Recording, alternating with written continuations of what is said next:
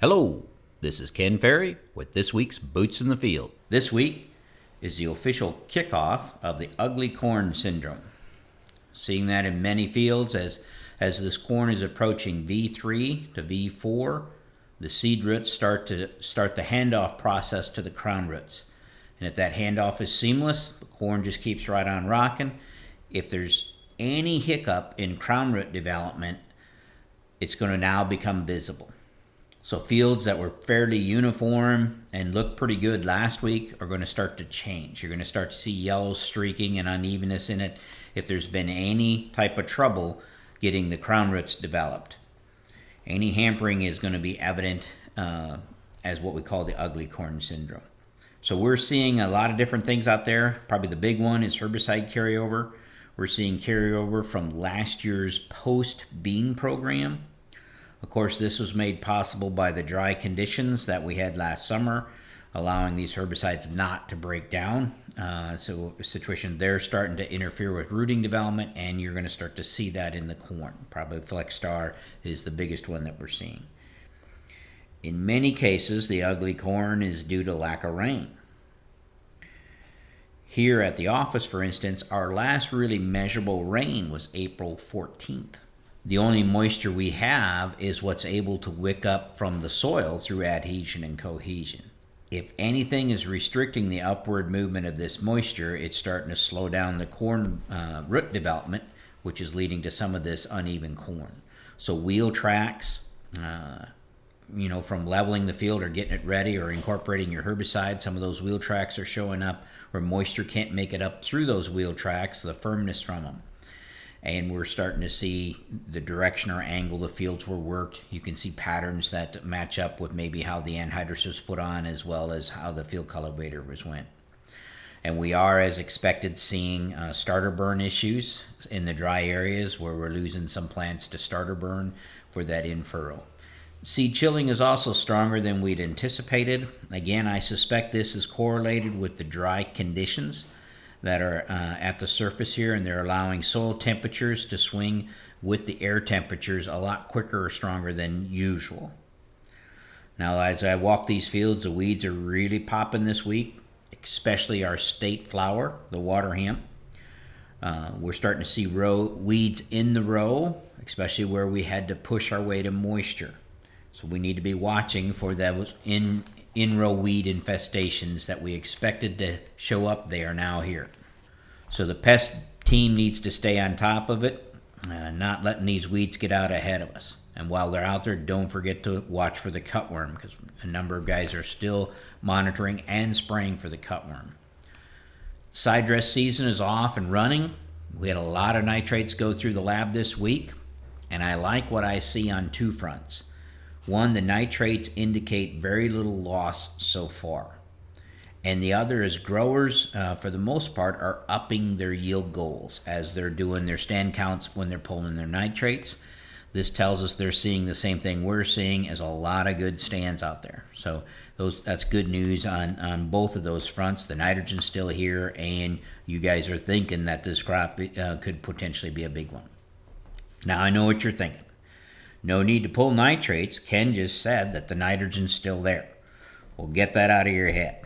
It's better to know than to take a guess, especially with these good stands. We don't want to leave anything on the table. Plus, a lot of you guys have surface applied nitrogen with no stabilizers to it, and it's been out there with no rain. And that's going to lead to some volatility, and we have to take into account for that. This week we had a lot of pop-up showers and crazy weather. The guys in the Sullivan area saw between 2 and 3 inches of rain in 30 minutes with extensive hail. So not only did they have building and property damage and trees, but a lot of crop damage. Nice looking cornfields were just pulverized to the ground.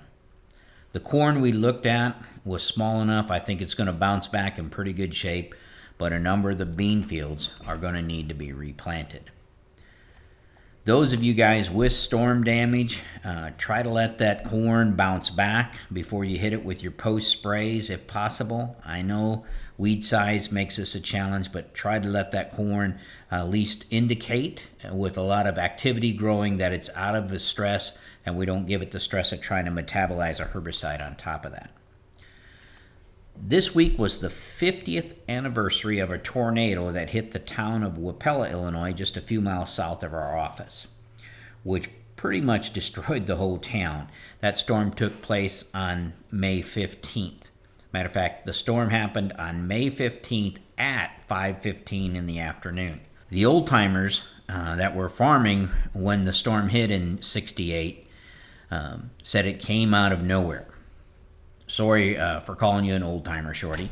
But my son, Zach, and I were walking the fields outside of Wapella this week, and I was telling Zach about it being the 50th anniversary of this storm. When we looked up, and it was kind of like deja vu, the town of Wapella was covered with a dark, nasty-looking cloud. Wapella received 2.5 to 3 inches in 20 minutes on May 15th. This storm hit at 4:45. What are the odds of that 50 years later to have a somewhat similar storm? Now, our office is less than 3 miles away, and we received nothing. Now, I'm not complaining, just saying that it was truly a pop-up storm. In the dry areas, if we don't get some relief soon, we'll be talking about rootless corn syndrome next week. This is where the surface soil is so dry that we have poor crown root development. Corn will lean in the direction of the last wind, and it'll act limp. It may even show some signs of wilting.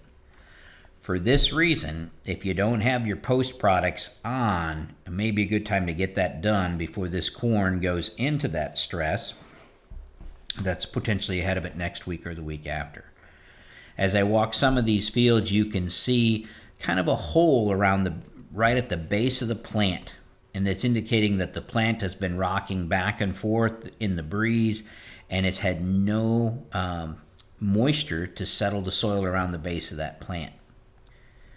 I'll have Zach post some pictures of what I'm talking about, and if you see that slight hole around the base of the plant, you're probably going to be dealing with rootless corn syndrome next week or the week after if it doesn't rain. This loose, dry soil around the base of the plant is also why I believe we're seeing so much higher amount of bird damage. A lot of guys talking about the bird damage they're seeing in the field, making this dry, loose soil, making it easier for the birds to get to the seed. So the pest scouts out there, when you see a cut-off plant with a hole next to it, that's bird damage, not cutworm. Unfortunately, we can't spray for the bird damage.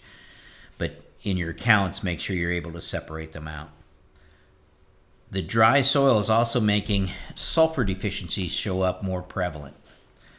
The strong soil temperatures have kicked off the carbon penalty as well. The carbon penalty, we can tell by tracking our weekly nitrates, is ongoing right now. This soil is consuming a lot of nitrogen with these temperatures. The microbes are tying it up as they're breaking residue down.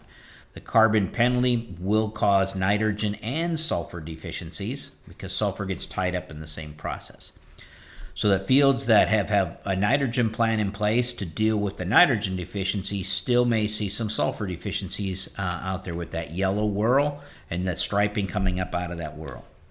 Corn-on-corn fields that didn't have a plan in place to maneuver through the carbon penalty, they're going to get kind of rough looking for the next couple of weeks. We expect the next few weeks to be busy working through the nitrates as you guys are pulling them out there and getting them to the lab. If you don't want to deal with the wrath of Katie, let's pull them right. If not sure, call and ask for directions and she'll walk you through it. Trust me, in this case, it is better to ask first than to ask for forgiveness afterwards. Let's share the rain out there this week. Nobody likes a rain hog. To stay up to date, check out our website at croptechinc.com and subscribe to our podcast, Boots in the Field Report. Keep her safe, keep her moving.